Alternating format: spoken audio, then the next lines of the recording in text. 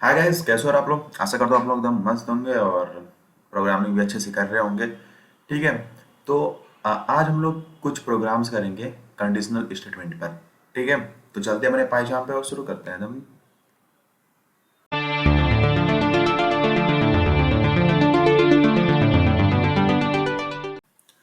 तो हम अपने पाइथन पे आ गए और यहाँ पे वैसे उसी फाइल में करेंगे जिस फाइल मैंने आपको सब कुछ बताया था कंडीशनल स्टेटमेंट के बारे में, कैसे क्या करते हैं। ठीक है। तो हम अब एक प्रोग्राम करेंगे जो कि इलेक्ट्रिसिटी बिल पे होगा। ठीक है। तो इलेक्ट्रिसिटी बिल पे होगा, कैसे करेंगे अब मैं आपको कुछ ऊपर ऊपर बता दे रहा हूँ कि पहले हम यूनिट लेंगे, इनपुट कराएंगे। ठीक है। उसके बाद हम ऐसे करेंगे कि अगर मतलब इफ लगाएंगे और कंडीशन देंगे कि अगर यूनिट हमारा जो है वो 500 से बड़ा है तो उस पे पर यूनिट कितना चार्ज लगेगा। उसके बाद सर चार्ज क्या लगेगा। सर चार्ज जानते होंगे आप, शायद मीटर का होता है। अगर आप की मीटर चल भी नहीं रही है तो तब भी उसका सर चार्ज आता है यहाँ पे। ठीक है। तो ऐसे होगा। तो चलिए करके दिखाते हैं। ठीक है। तो क्या लेंगे, सबसे पहले यूनिट्स लेंगे, इनपुट कराएंगे।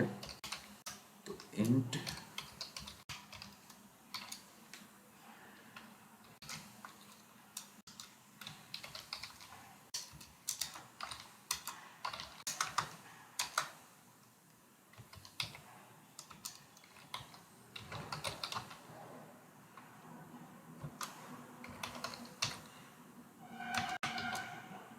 तो यूनिट्स में हमने ले लिया इंटर कंज्यूम्ड यूनिट। और उसके बाद हम कंडीशन देना स्टार्ट करेंगे। लिखेंगे if units is greater than 500। तो क्या करो, पहली बात तो अमाउंट जो हो जाएगा मेरा,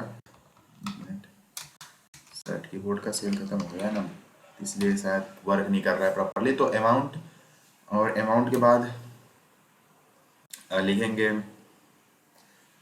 units into sir units into. तो अगर हम 500 से ज़्यादा का यूनिट अगर हमारा चल रहा है, मीटर अगर दे रहा है, तो उस पर कितने पर यूनिट के हिसाब से लगाएंगे। तो वो हो जाएगा 9.25 के हिसाब से लगाएंगे पर यूनिट। और सरचार्ज जोड़ दे रहे हैं। सरचार्ज हो गया हम लोग का 80 रुपये, 80 रुपीज़। ठीक है। फिर एलिफ लगाएंगे, एलिफ लगाएंगे। उसके बाद यूनिट्स, अगर यूनिट जो है वो हम लोग का ग्रेटर देन और इक्वल टू 300 है। ठीक है। तो अमाउंट क्या हो जाएगा, वो हो जाएगा यूनिट्स इंटू 7.75 या फिर 7.5, एक मिनट, 7.5। ठीक है। और इस पे सर चार्ज दे रहे हैं 70 रुपये, 70 रुपीज़। और उसके बाद आफ्टर, उसके बाद हम लगाएंगे इलिफ और उस पर लिखेंगे यूनिट। उसके बाद भी हम अगर 200 दे रहे हैं, हाँ 200 दे देते हैं, तो उस पर हमारा पर यूनिट कितना अमाउंट होगा। तो पर यूनिट हम दे दे रहे हैं 5.25, शायद सही रहे 5.25। आप अपने हिसाब से दीजिएगा, ये मतलब एग्जैक्ट वैल्यू नहीं है कि मतलब हाँ ये रियल में इतना लगता है। बस मैं प्रोग्राम के हिसाब से ले रहा हूँ कि हाँ इतना लगता है, इतना हम दे रहे हैं गेस के हिसाब से। ठीक है। फिर इलिफ करते हैं, इलिफ करते हैं और उसके बाद लगाते हैं यूनिट्स। अब कितना ग्रेटर आर इक्वल टू 100 हो। ठीक है। तब कितना अमाउंट हो जाएगा, तब कितना हमारा अमाउंट हो जाएगा, यूनिट्स इनटू 3.5 ले सकते हैं, 3.5। ठीक है। उसके बाद सरचार्ज हो जाएगा हमारा जो, वो 30 रुपीज़ ले लेते हैं, थोड़ा कम ही कर देते हैं अचानक से। यहाँ 50 कर देते हैं, यहाँ पे 50 कर देते हैं, यहाँ 30। उसके बाद हम इल्स कर देंगे, मतलब अब इसके बाद हमारा कोई नोट नहीं है। इसका मतलब हम अमाउंट कर देंगे, अमाउंट। ठीक है। अमाउंट हो जाएगा यूनिट्स इंटू 2.25 या फिर 2.5, 2.5 ले लेते हैं। ठीक है। अब हमारा होगा बिल टोटल। टोटल बिल कितना हो जाएगा, इक्वल टू बिल टोटल हो जाएगा हमारा अमाउंट प्लस सरचार्ज, ठीक है। और उसके बाद सरचार्ज, सरचार्ज इसका मतलब कहीं गलत होगा, सरचार्ज सरचार्ज सरचार्ज सब ठीक है। फिर बिल टोटल क्यों आ रहा है, देखते हैं, प्रिंट कराते हैं। प्रिंट में ये लिखेंगे कि टोटल अमाउंट या फिर टोटल इलेक्ट्रिसिटी बिल,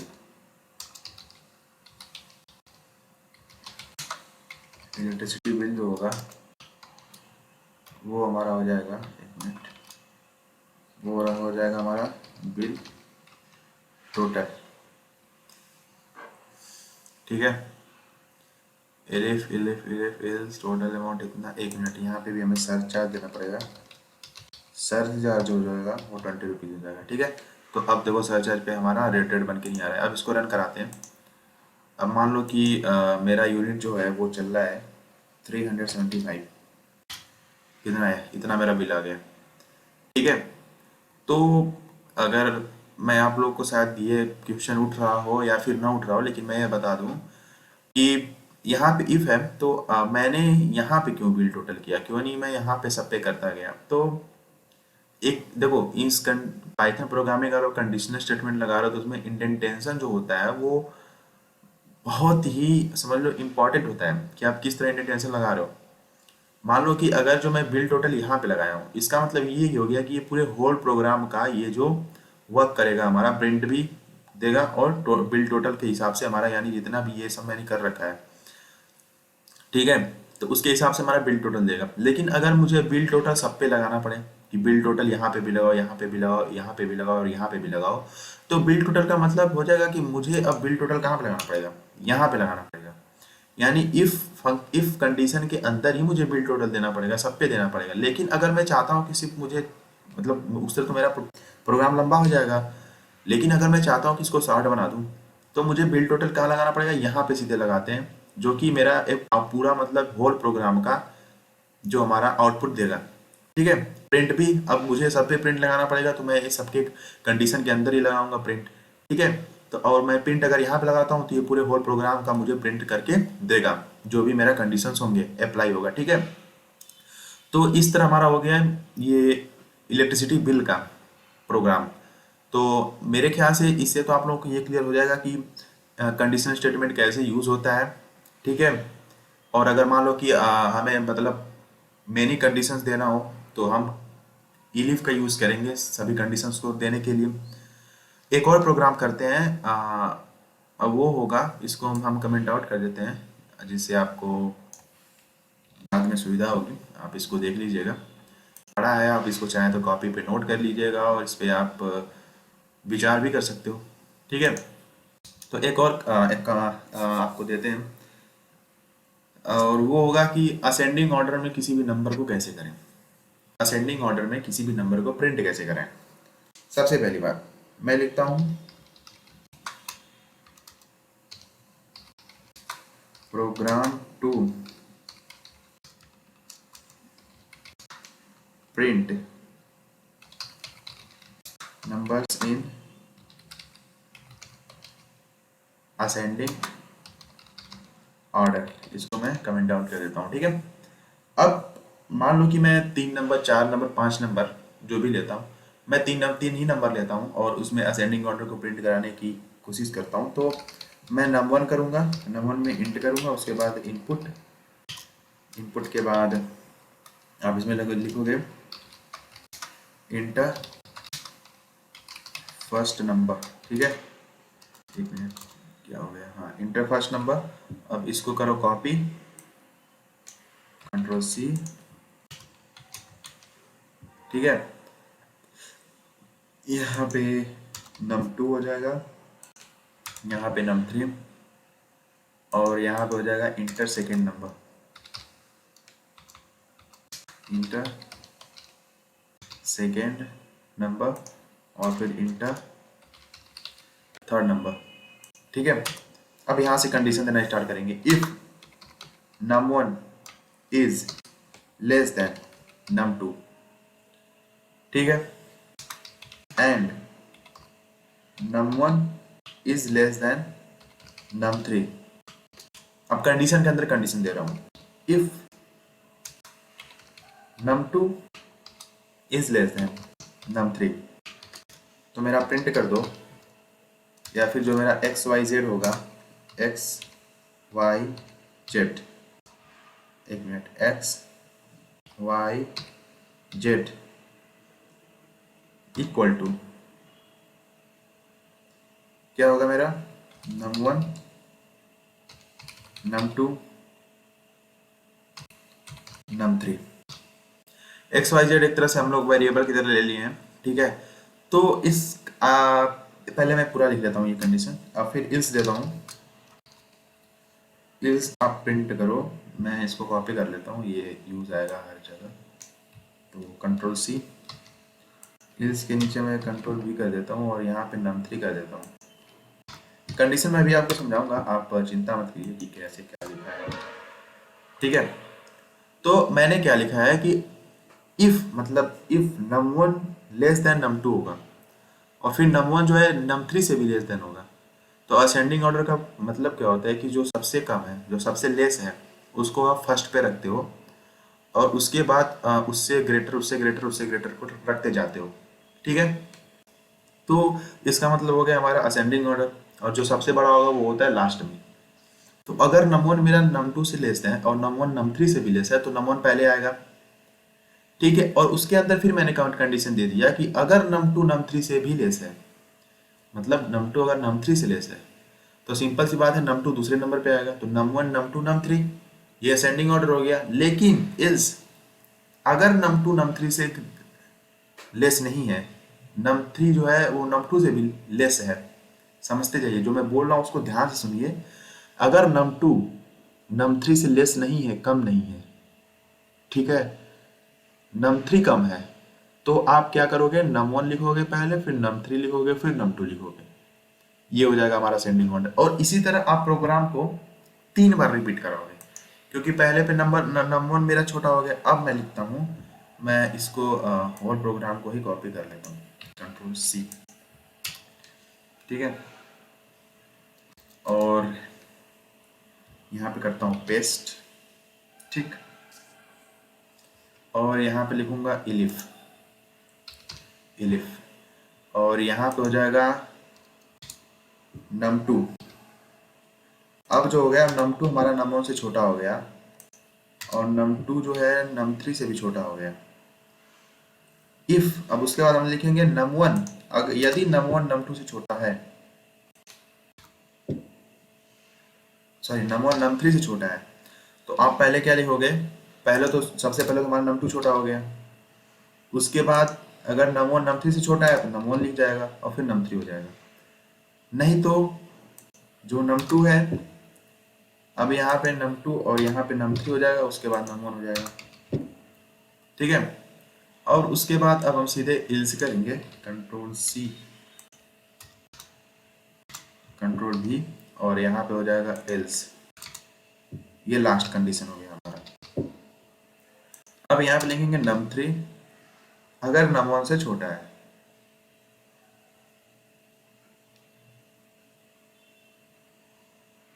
इल्स में कोई कंडीशन नहीं आएगी, क्योंकि अब इल्स का तो काम ही खत्म, सिंपल सी बात, इसको डिलीट कर दो। अब यहाँ पे लिखोगे अगर num1 num2 से छोटा है, तब हमारा सबसे पहले आएगा num3, num1 और उसके बाद num2, और एक्स वाई जेड अगर नहीं है तो फिर वही है, num3 आप करो, num2 करो, num1 करो, ठीक है। तो इल्स तो समझ में आ गया, इल्स का मतलब वही लास्ट कंडीशन, लास्ट कंडीशन में वही, अब मतलब अगर दोनों, मान लो कि ये ऊपर के जो इफ है और इलिफ है, ये दोनों कंडीशन, अगर मान लो कि जो ये ऊपर का जो इफ है और ये इलिफ है, अगर ये दोनों कंडीशन हमारे ट्रू नहीं होते, तो सीधे इल्स पे आ जाएगा। और इल्स पे क्या हो जाएगा कि मैंने यहाँ पे तो num1 num2 दे दिया कि num1 जो है छोटा है सबसे, यहाँ पे num1 सबसे छोटा है, यहाँ पे num2 सबसे छोटा है, मतलब इफ में num1 सबसे छोटा है और इलिफ में num2 सबसे छोटा है। तो इल्स में क्या हो जाएगा, इल्स में तो प्रोग्राम अपने आप ही समझ जाएगा कि हाँ num3 अब सबसे छोटा होगा। तो इल्स हमारा लास्ट कंडीशन है, तो लास्ट कंडीशन पे क्या हो गया, num3 हमारा सबसे छोटा हो गया, तो इसलिए हमने वहाँ पे कंडीशन नहीं लिख रखी है, हमने डायरेक्ट वहाँ पे if num1 less than num2 then आप इतना प्रिंट कर दो, आप इस तरह प्रिंट कर दो। प्रिंट कैसे करना है, अब प्रिंट करना होगा होल प्रोग्राम को, ठीक है। तो यहाँ पे लिखोगे प्रिंट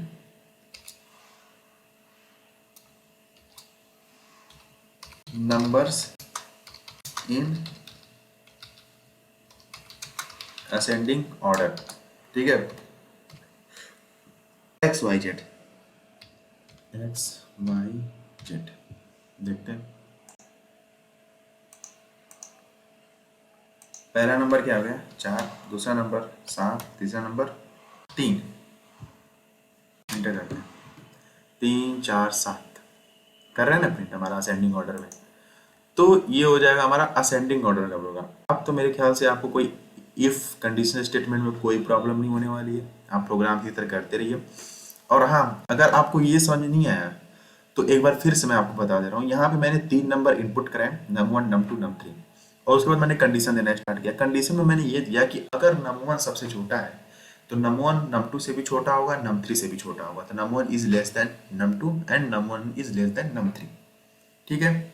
उसके अंदर मैंने कंडीशन दे दिया कि अगर उसके बाद num2 जो है num3 से छोटा होगा तब मेरा असेंडिंग ऑर्डर होगा num1 num2 num3, अगर नहीं होगा तो मेरा असेंडिंग ऑर्डर हो जाएगा num1 num3 num2। उसके बाद इलिफ में भी ऐसे कंडीशन हो गया, उसके बाद इल्स में हो गया। तो मेरे ख्याल से आपको समझ में आ गया होगा, और भी समझना है तो आप डिसेंडिंग ऑर्डर का इसी तरह से हम प्रोग्राम बनाइए, और इसमें क्या चेंजिंग होगा आप करके देखना कि कैसे क्या होगा। अगर आपको समझ में आया तो आपको इसमें पता होगा कि डिसेंडिंग ऑर्डर में क्या क्या चेंजिंग होने वाला है। आप डिसेंडिंग ऑर्डर का प्रोग्राम बनाइए और मुझे कमेंट में करिए। मैं आपको कल ये प्रोग्राम बना के दिखाऊंगा, लेकिन आप जरूर अपने ट्राई कीजिए घर पे, ठीक है। तो मिलते हैं तब तक के लिए नेक्स्ट वीडियो में, तब तक के लिए टेक केयर आप लोग, और ट्राई कीजिएगा डिसेंडिंग ऑर्डर बनाने का, ठीक है।